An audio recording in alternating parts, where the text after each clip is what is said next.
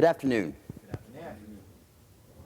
I was speaking with someone a week or so ago, and they were telling me about a lawyer who left a high-paying firm in order to provide legal help for the poor, many of whom are unable to pay him. Other times I've heard about doctors who, after all the years of schooling and training, have become missionaries to places where there is little, if any, medical help. I would imagine that most of us have heard stories about these wonderful professions. What's your reaction to them? I mean, I know that what I hear frequently heard and said is, wow, that's amazing, or what a great way to spend one's life, how wonderful, what an awesome person. Now, what I don't hear usually, or what I don't even say to myself, is it's so wonderful and awesome that I think I'll do the same thing. If we hold such high esteem for this kind of selfless giving, if it causes us to ooh and ah, if it brings with it just a tinge of envy, then why is it that so many of us are not doing more of it? We, being a fairly new young church, make it by for the time being on a shoestring budget, a lot of volunteer hours and the limited funds that we are able to scrape together, keeping our doors open. But think about the persons who give great sums of money or great percentages based on their salary to their church. Often we find that we really admire them for this. Do we not? I do. I sure wish one would look the way of our fledgling church. But I digress. If it weren't for the cheerful givers, many churches would have no building in which to worship and no money to pay the bills, nothing to send missionaries around the world, and no cash whatsoever to do ministry at home. Yet, knowing all of this, how many of us tithe? How many of us give at least 10% of our income to the church? All income. All. Not just what you report to the IRS. The money that comes through your hands that you've earned. That's what I'm talking about. You know, this used to be an overwhelming and scary thought to me. 10% of my income. If I do that, how will I pay my bills? If I do that, how will I afford to spend and buy things for myself and for my family? But you know what? Like so many testimonies from others who tithe, I have found it so true that I don't miss the money one bit. Giving 10% doesn't stop me from being able to pay my bills. Other things might, but the 10% tithe becomes a non-burdensome habit. And I'm still able to provide for my family and buy things we need and things we want. The only thing that generous giving does is increase my faith and bring me a better sense of self-worth. It also helps me to manage better the money I do have. Who would have thunk it? It doesn't necessarily make sense in the worldly way of looking at things, but it makes a lot of sense in the kingdom way. Oh, you of little faith, how much more valuable you are than birds. Seek God's kingdom, and these things will be given to you as well. Provide purses for yourself that will not wear out, a treasure in heaven that will not be exhausted. For where your treasure is, there your heart will be also. Has anyone ever asked you, what are you worth? What that question typically means is, how much money do you have? What are your net assets? Every year, one of the leading financial magazines publishes a list of the richest people in America. The worth of each of the person who topped the list runs into the billions of dollars. Yet, is this truly what they are worth, or merely an accounting of what they own? We get our priorities so mixed up sometimes. We sometimes say, for example, that people who have declared bankruptcy are ruined, as though a shortage of money could ruin a part of God's good creation. What do gamblers in the casino say when they still have some money left? They say they're still alive. The tragedy is that many folks actually believe this twisted way of thinking. Recently, I read what a few Wall Street financiers did on the day of the stock market crashed in 1929. You know what they did? They leapt from the windows of their Manhattan skyscrapers. Was their joy in their family and friends really ruined by their financial problems?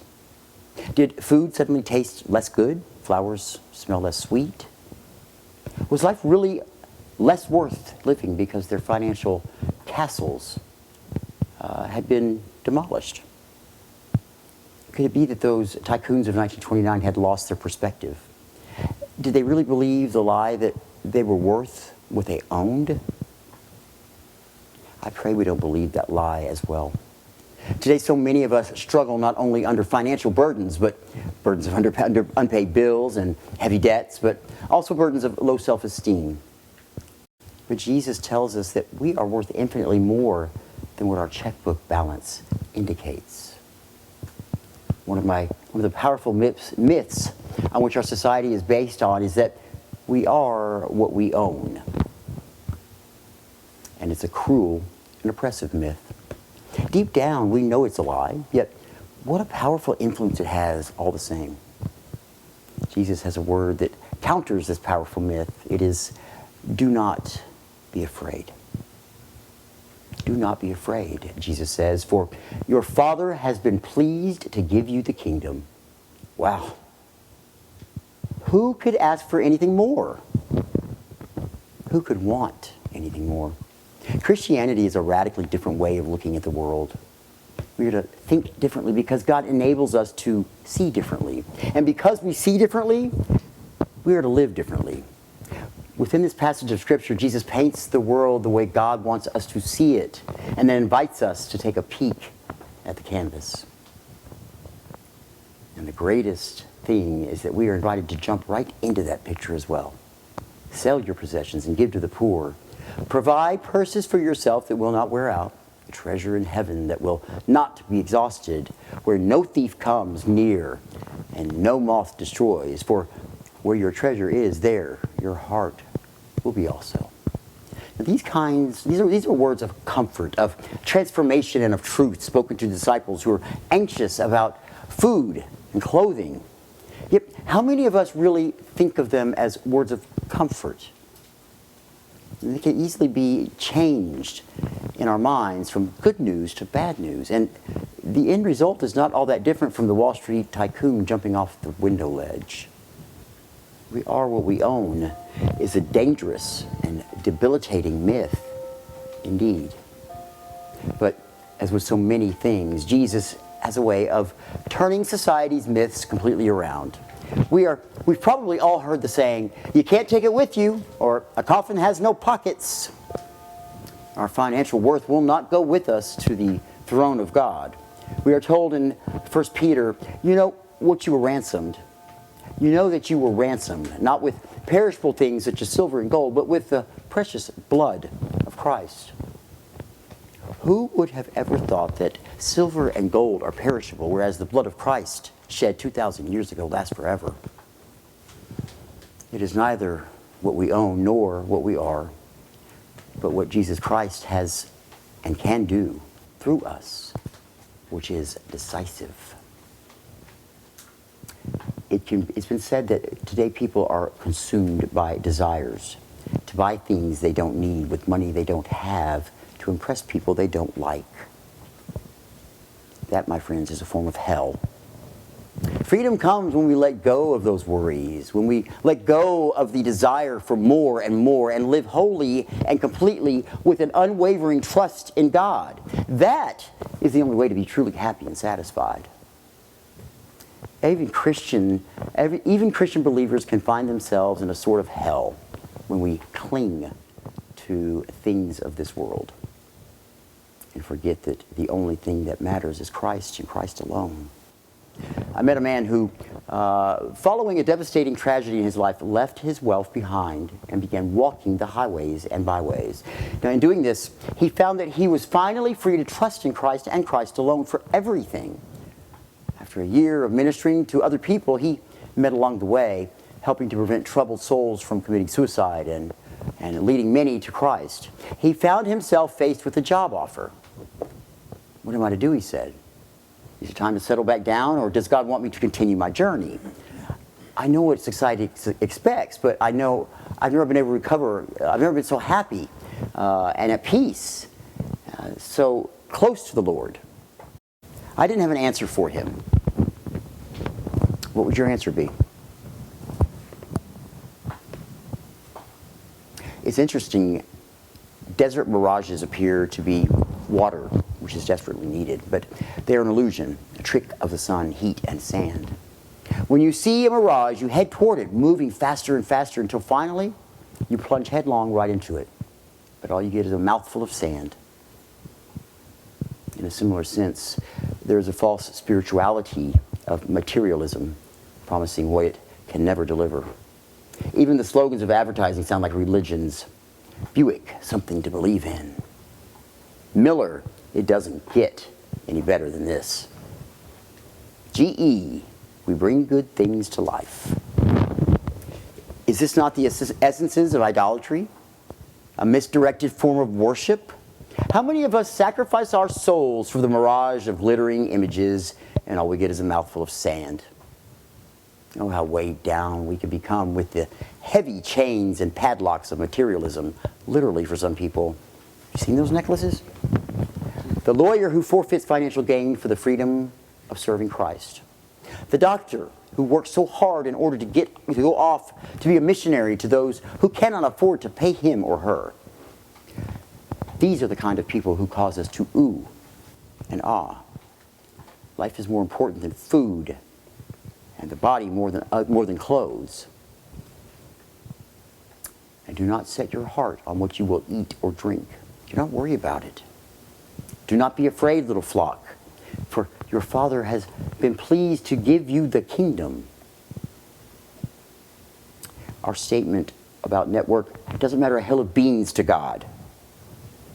So important are running after financial gains that Jesus advises his disciples to give their worldly goods away so they will not be troubled by their crippling weight, so that they can be indeed free to serve Christ with complete trust, abandon, and immeasurable joy.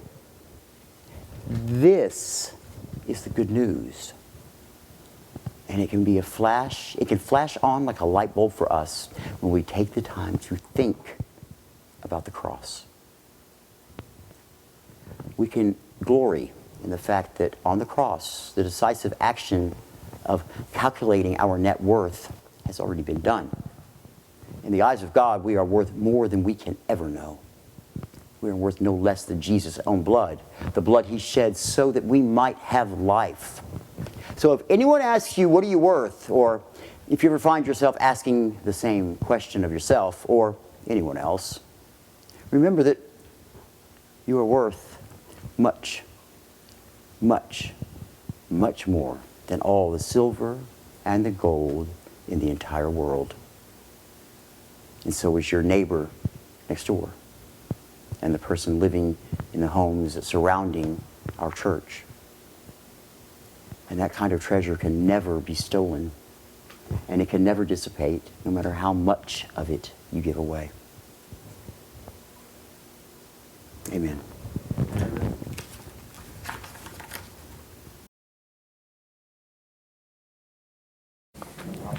Everybody's favorite part of the service, the announcements. Come on, Gavin, you can come over, sit over there. I'm all done anyway. I'm not going back to that seat today. Well, I am later. We're going to do a little round table. A quick round table. I know it's been a long day. I apologize again, gentlemen. Please accept my apologies. I do apologize. All right. Got to get this little sucker again. Okay.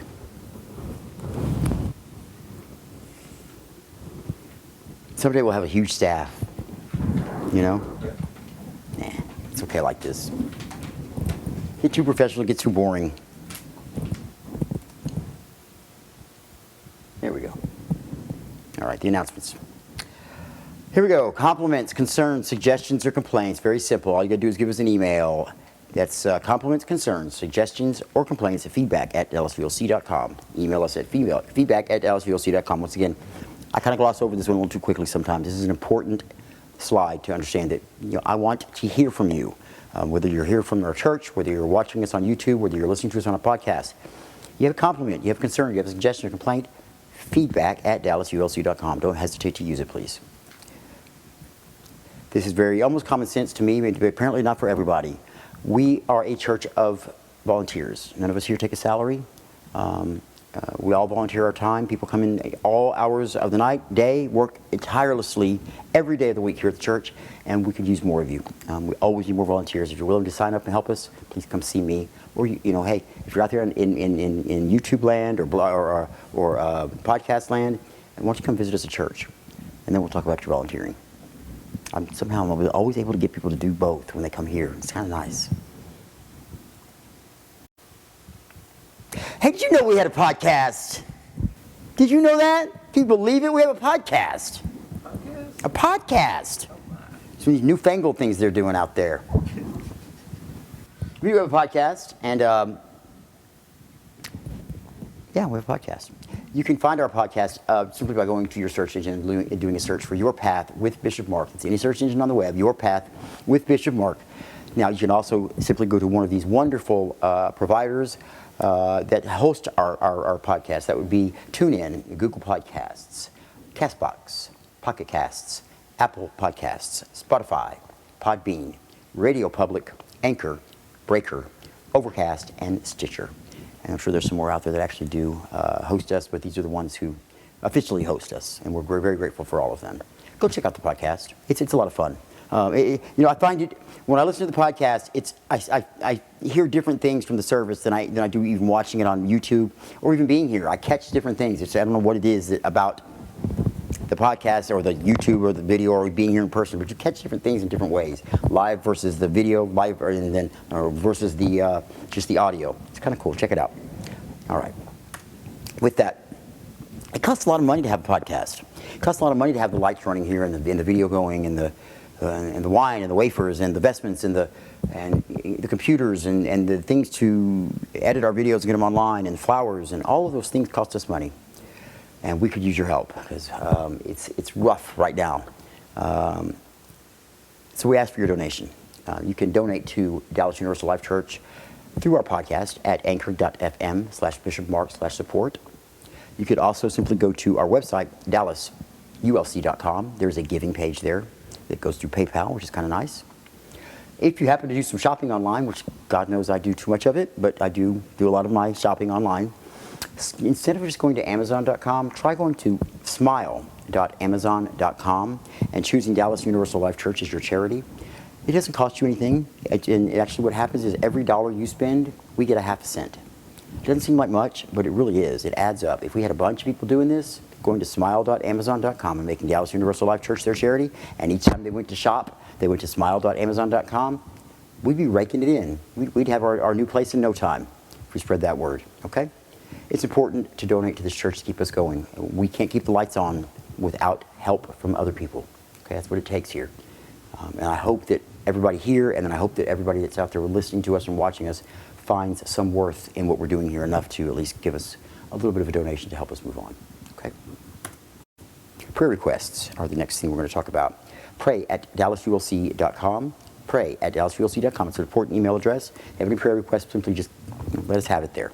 Okay. Also, if you'd like to dedicate a service to someone who is passed on or is actually still here, I like to kind of emphasize that because it doesn't happen enough. I think it's great to dedicate a service to someone who's still living and they can actually enjoy that. You can also do that through here. Just inquire about that here at pray@dallasulc.com. The only thing you have to do is let us know the information. We're glad to talk to you about it through email or over the phone. And we ask for a small donation to cover the cost of the service for that day. Today, our service is dedicated to the memory of a man who was a very dear friend of mine. We had some tough times with the bulletins and things this week, so I did not get into the bulletin, and I apologize for that. But I want him to know that he's in my heart today. His name was Jim Dempsey. I knew him well for many, many years. I actually stayed with him some, and he was a minister and a former military man, and it gave me a lot of insight into life, and where I really learned how to open my ears a little more to those who have been there. I mean, everything they say is not law, nor is it necessarily exciting or interesting even, but there's a lot there to learn from. So I encourage you today, in Jim's memory, to try and seek out those who may have a little more knowledge about life's lessons than we do, and listen, open those ears up. Ask questions too, it's always nice. Okay? All right. Pray at DallasULC.com is what we're talking about there. All right, coming up. This is a new slide, guys. We're talking about North Texas Giving Day is coming up. I know y'all don't know much about this. It's kind of confusing to some people, but this is a day when all of the charities in North Texas kind of come together and advertise and say, hey, look, we're here, and we're here for you, North Texas, and we need your help. Don't forget about us. We're here. We need to get some money to keep going. We are a charity. Then that's what it takes. It takes you helping us. We don't get anything else, okay? 91919. Pass the word around, because what happens is if you go to our website, I'll have this posted on our regular website soon. I don't yet, but because I'm just finishing getting it started. If you go to their website, hopefully this is going to work. I think it is. It's not. It's going to bring it up here, but I'm not going to be able to show it to you. It brings up a page. The website is actually, let me just do this. Sorry about that. I don't have that down. It's at northtexasgivingday.org/DULC. Pretty easy to remember. northtexasgivingday.org/DULC. Or you can just go to their website, type in, North Texas Giving Day, or Giving Day, North Texas, whatever. You type it in, and we'll just search for us under DULC. Okay. If people donate to our church that day through that website, okay, there's certain perks that happen. First of all, certain perks for the donors. They can win certain prizes throughout the day that day on the North Texas Giving Day. It's kind of cool.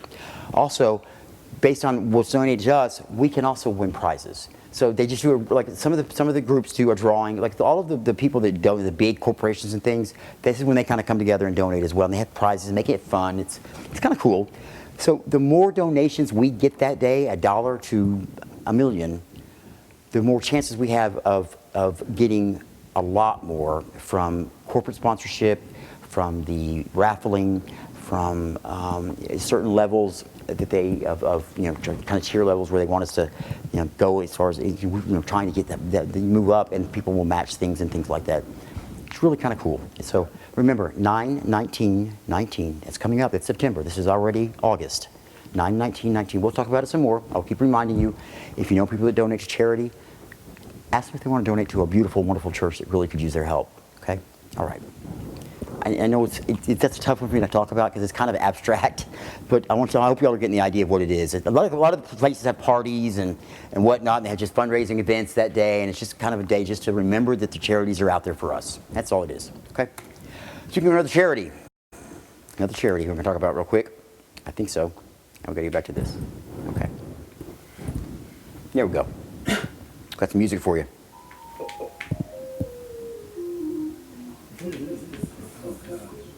Anybody know what the name of the song is?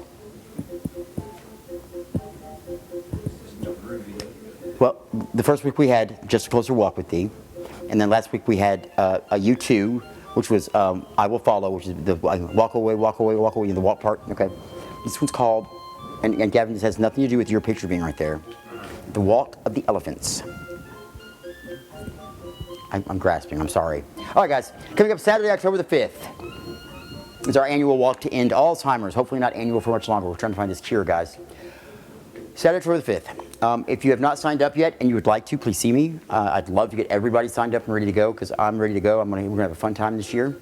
Hopefully it doesn't rain on us, although it was fun last year. The rain was interesting. I'll never forget it. Never get out of the scooters or all of the wonderful fun things. It's fun when it doesn't rain, and we get to do the whole course, and Munchkin loves it. He gets to run the whole time and have a blast and bark at everything, and because look, here's the deal. I love having you all there, and I appreciate your support. My grandmother does have end-stage Alzheimer's, and now it's coming to the point where her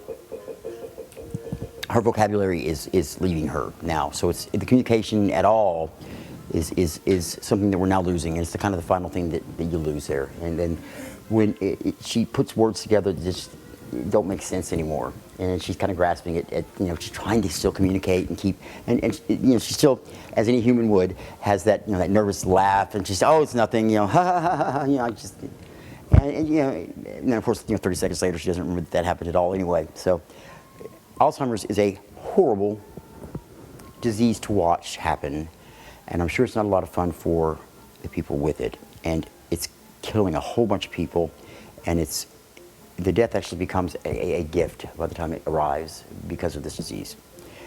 And I want to stop it. I don't want anybody else to have to go through what our family went through with this. And the only way we do that is to do things like this walk for Alzheimer's, which we do, but I need you guys to fundraise. I love the fact that y'all are there. I love it. But ask around. Ask your parents if you have to. Ask your neighbors. Ask your friends. Look, a lot of people are affected by this disease, and we don't even know it. They just don't talk about it. Not everybody talks about things like that. But when you bring it up and say, "Hey, I'm doing the walk for Alzheimer's. Anybody want to sponsor me? I just need, something to help me out, help me, get back, help me, show me that you're proud of me, something, do something. Give them a guilt trip. I don't care. What you have to do. Get us some money out of them, okay?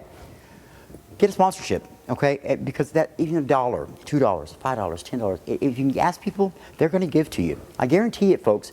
It's not, all you got to do is ask. This is a disease, like I said, that affects a lot of people. Ask. Get some money saved up for this, and let's put some money in this year and have our name move up the list a little bit of people who donated. Not just our time, but our money to help with the cost, okay? Awareness is important. That's what we do by showing up. By getting out there and also doing the things and making it happen and getting the money to make the research happen, we do a lot more. Okay? All right, guys. I'm tired of that song. Okay.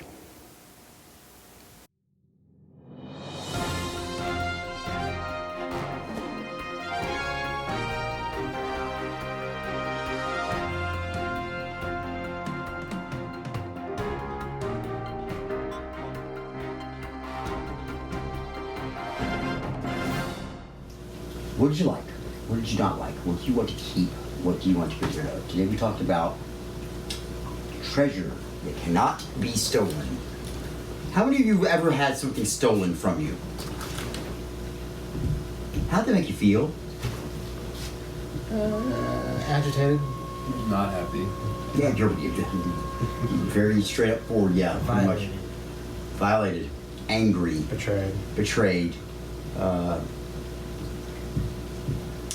Bitter. Sometimes it makes me feel like the laughing stock.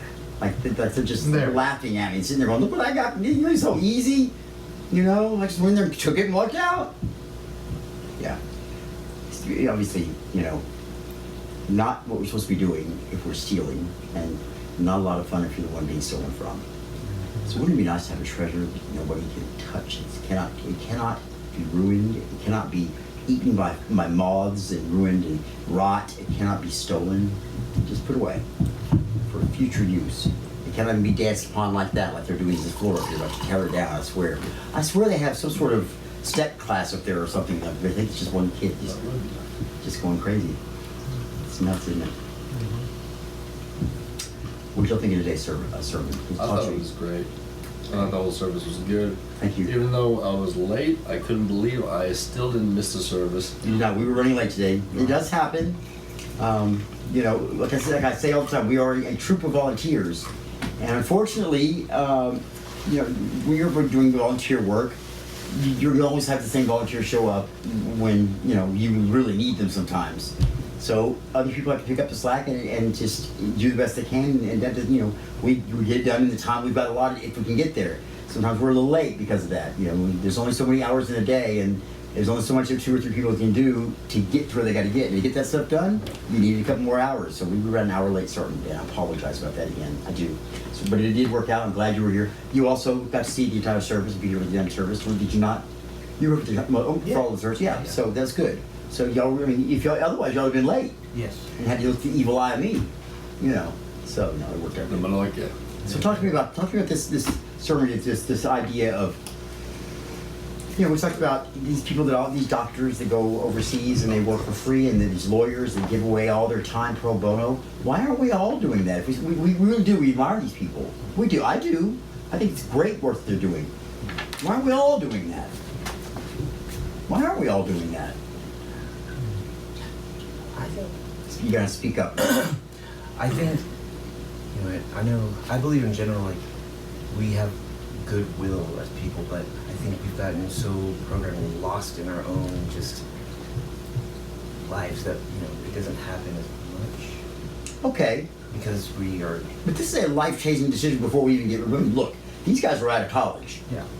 I mean, this is their life change. This is their life decision-making here. Yeah. And they're going, okay, I'm just out of college. I owe hundreds of thousands of dollars in student loans. I'm broke. I don't have a job. I think I'll go donate my time and live over in Bolivia or Cambodia or wherever and give away my doctor's skills for free. Nuts. But we admire them because of what they are doing. They are giving, they're sacrificing what they could be getting. I mean, a doctor can make pretty good money here in the United States. We all know that, right? And then they are giving it away to people who couldn't have possibly afford. We talked about last week, the top 20, to be among the top 20% richest people in the world, to be in the top 20% tier, 80% of the world has less than you do, you have to have a yearly salary of $1,500. And I did not say that wrong. To be in the top 20% of the richest people in the world, you have to have a yearly salary of $1,500. That's a little over $100 a month. Wow, so I guess We all of us sitting here are at least in the top 20% of the richest people in the world. Didn't know that, did you? Most of us are higher than that. So what I'm trying to say to you is, those people there definitely couldn't afford this doctor. Where'd you get those demographics from? They're facts. Those are facts. We're talking about the world, not just no nations. We're not talking about just the big nations. We're not talking about just America. We're talking about the world. The world is a very poor, compared to the United States, the world is poor. Look it up. You have a phone there. If you don't trust me, I love the fact, I love it when people challenge me. No, it's not that. No, I do. I like it because it helps me to reinforce what I'm saying. I stand behind it. I could be off by a percentage or two, but on average, we're looking at 20%. To be in the top 20% richest people in the world, you need a yearly salary of $1,500 a year. Fair enough. That's not a lot of money, is it? Think about that. A lot of people, the base Social Security for retirement is usually based on your income, but there is a baseline. What is the annual salary of the top 20% richest people in the world? That's going to probably pick up something funny there.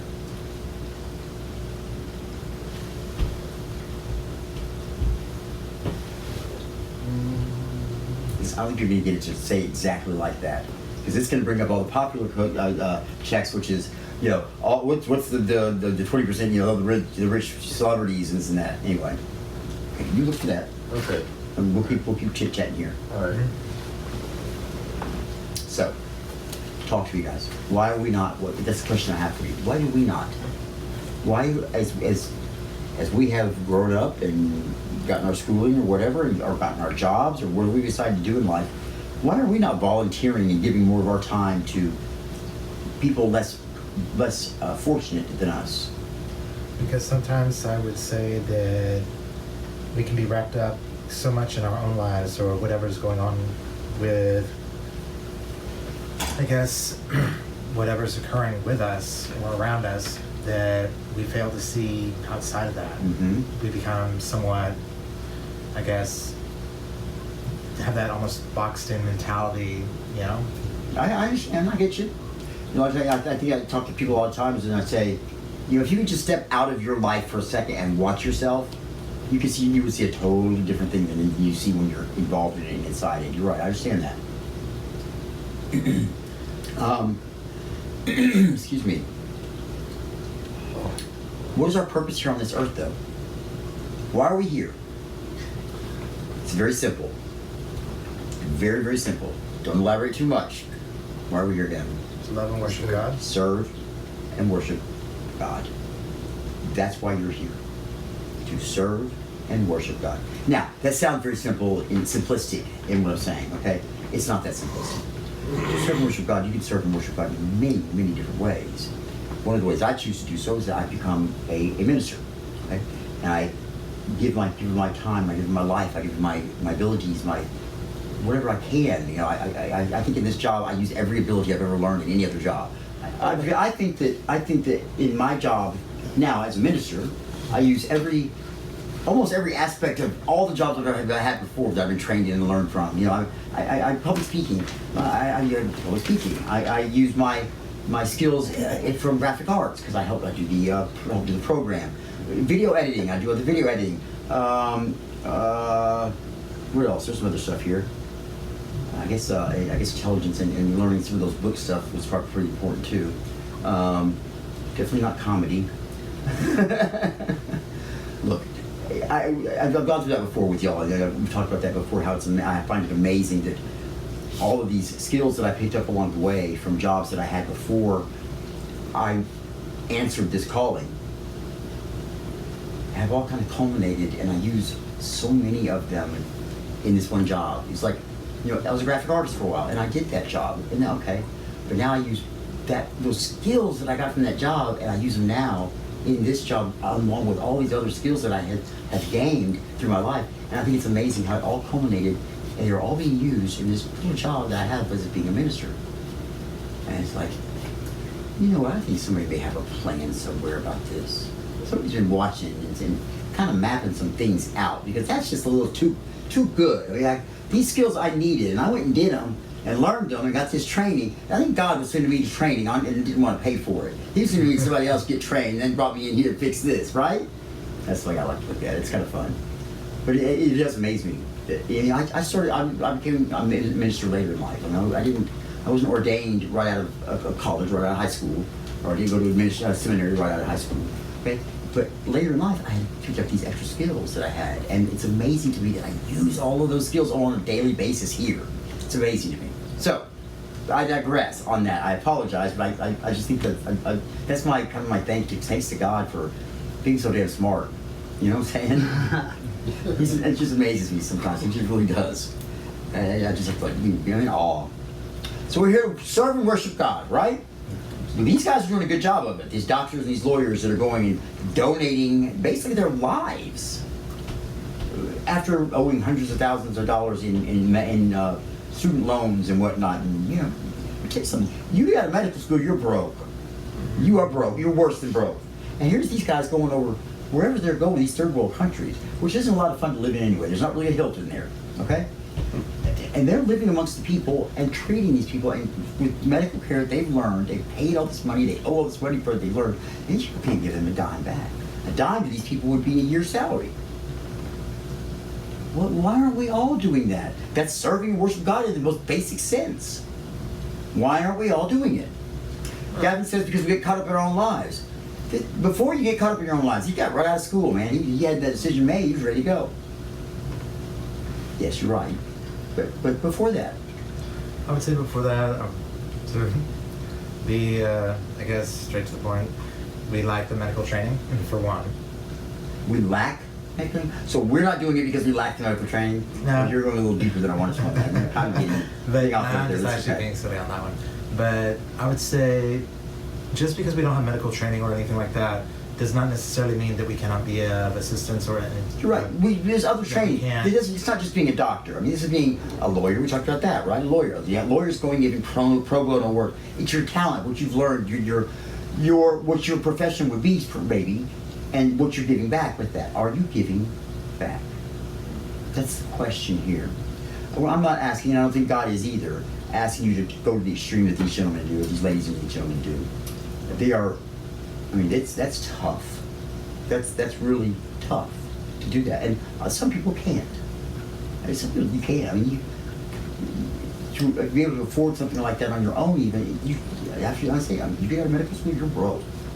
So you really have to have some means at that point yourself to be able to probably get yourself there. And you're telling me these people don't have money to get you there.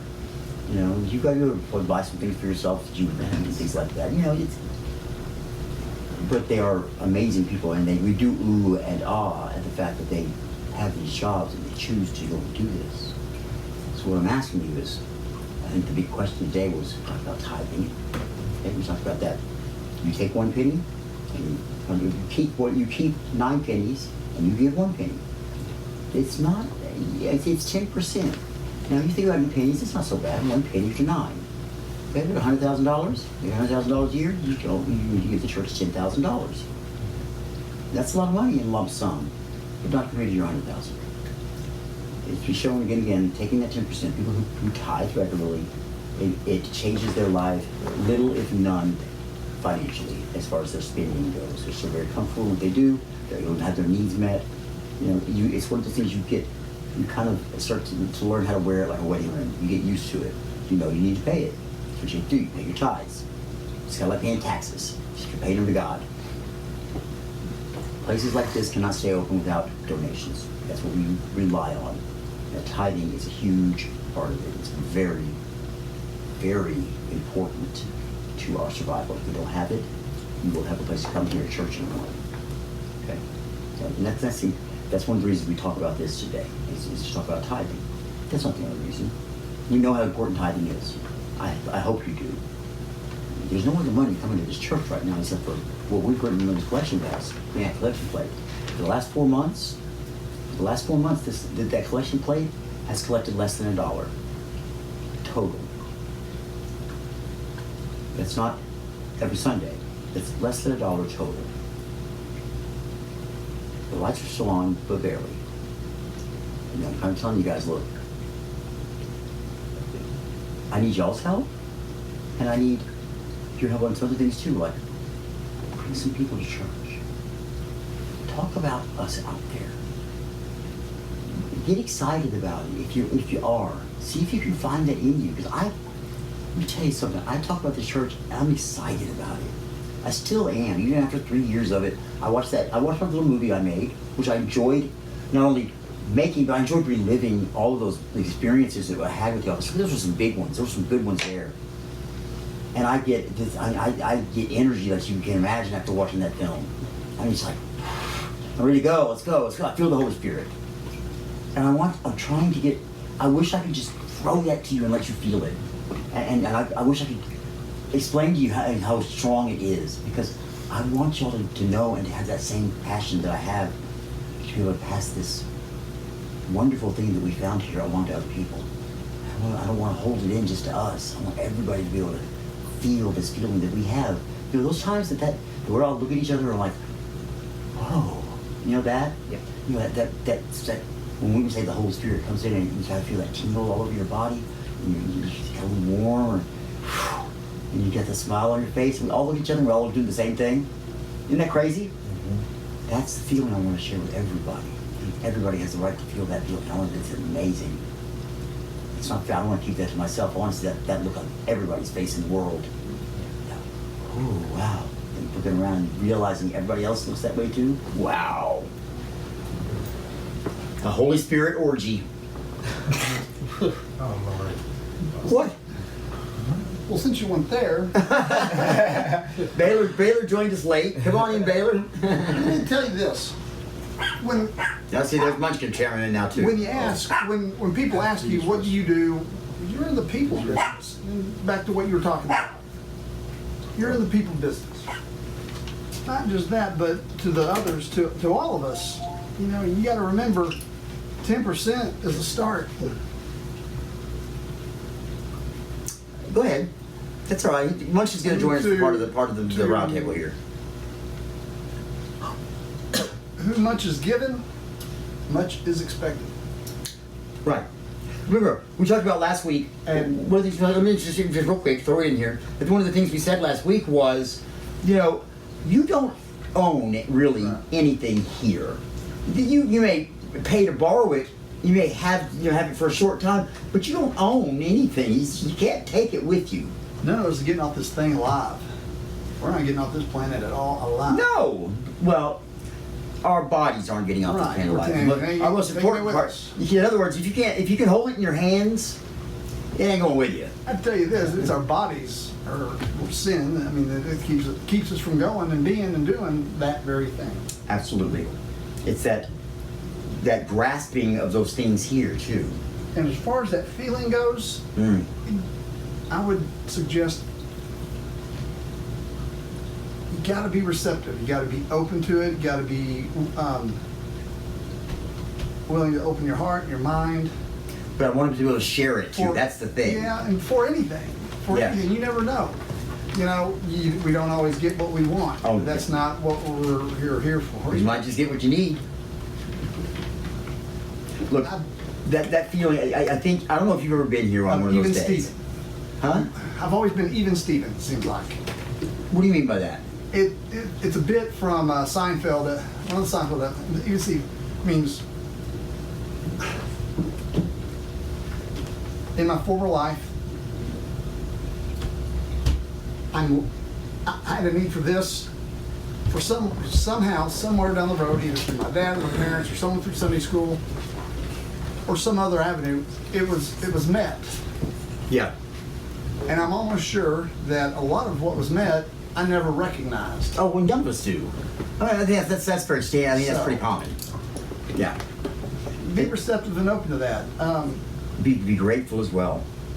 Don't forget that one. To be rich is not to be wealthy. To be rich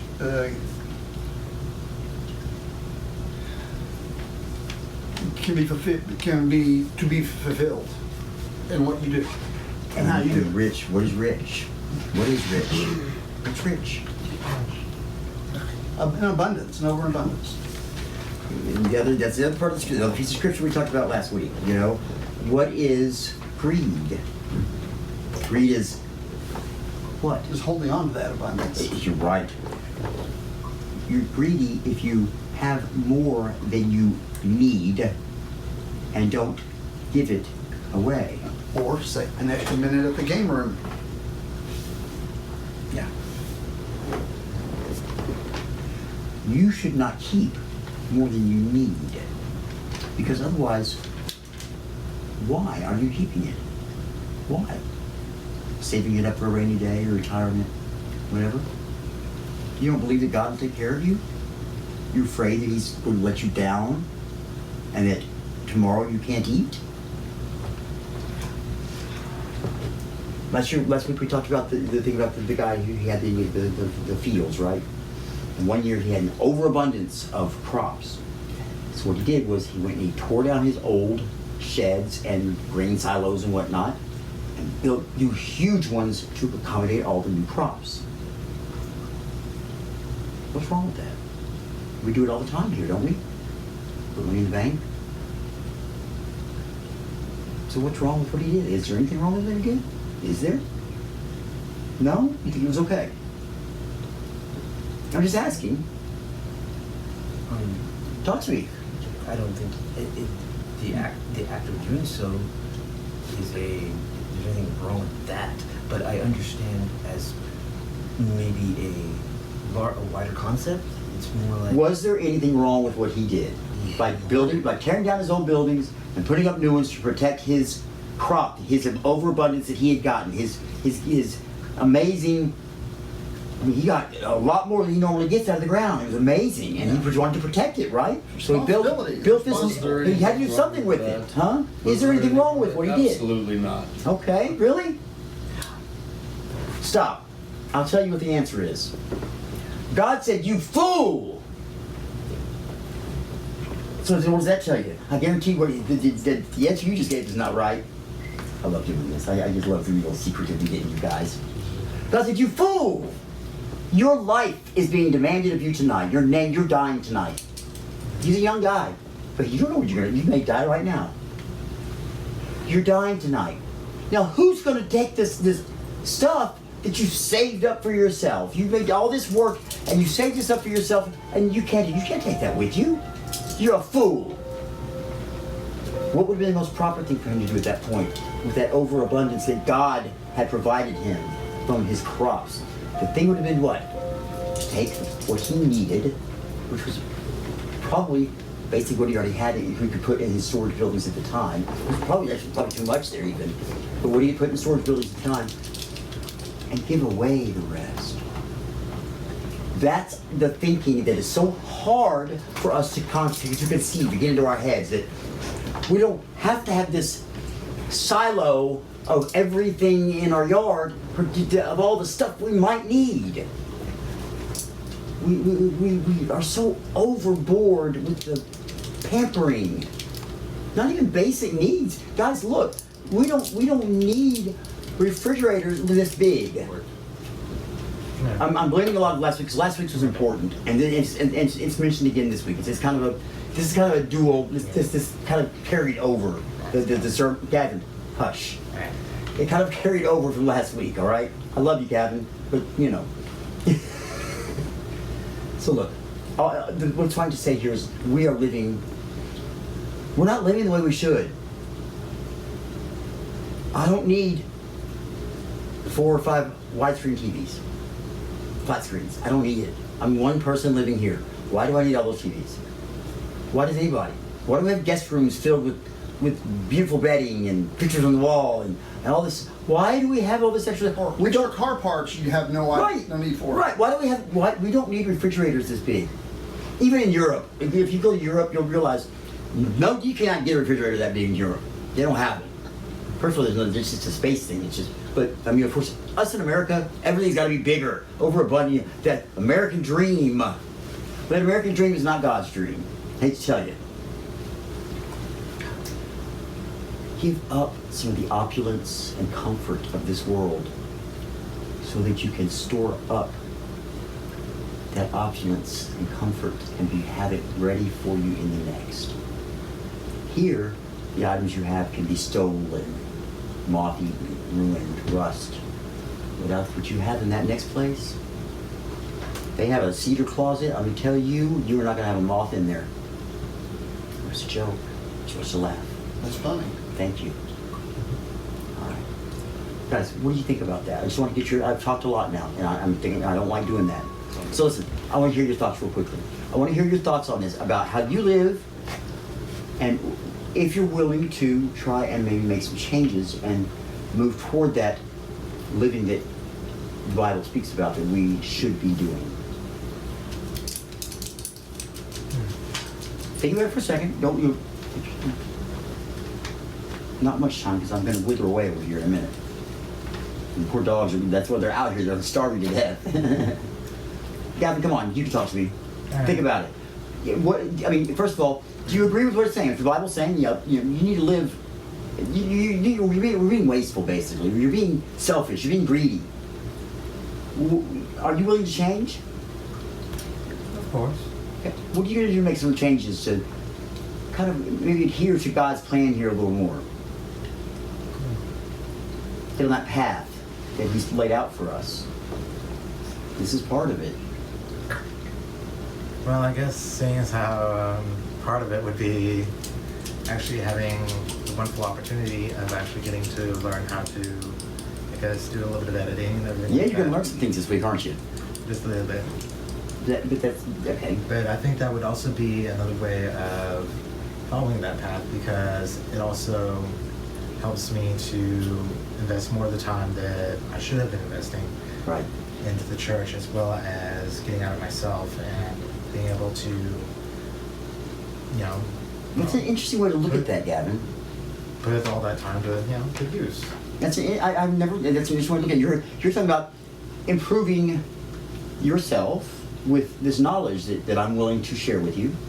You take the time to do, which I'm also then donating. I'm also very grateful for. I'm glad you're grateful. Thank you.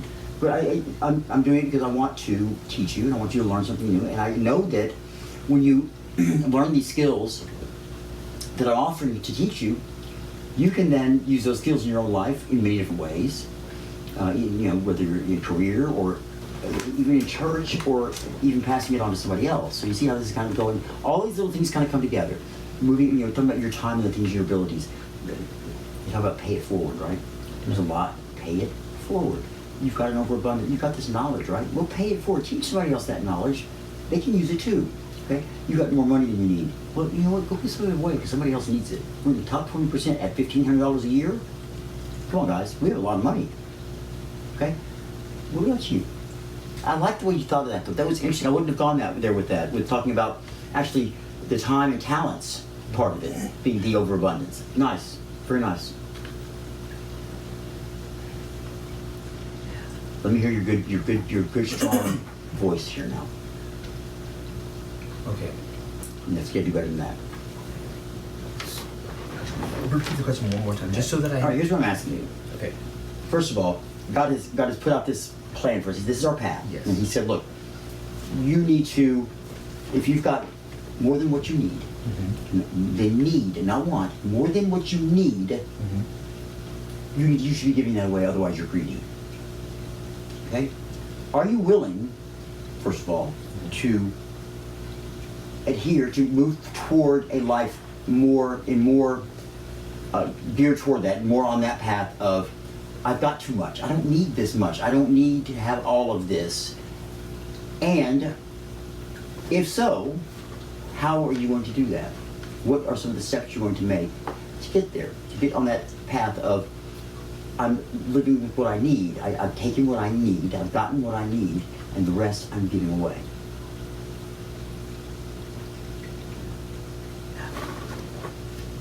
It's a hard concept, isn't It's it? a very hard concept.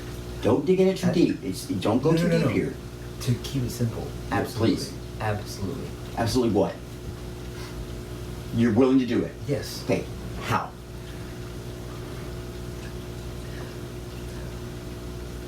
And I'll keep this simple as well. I hope so.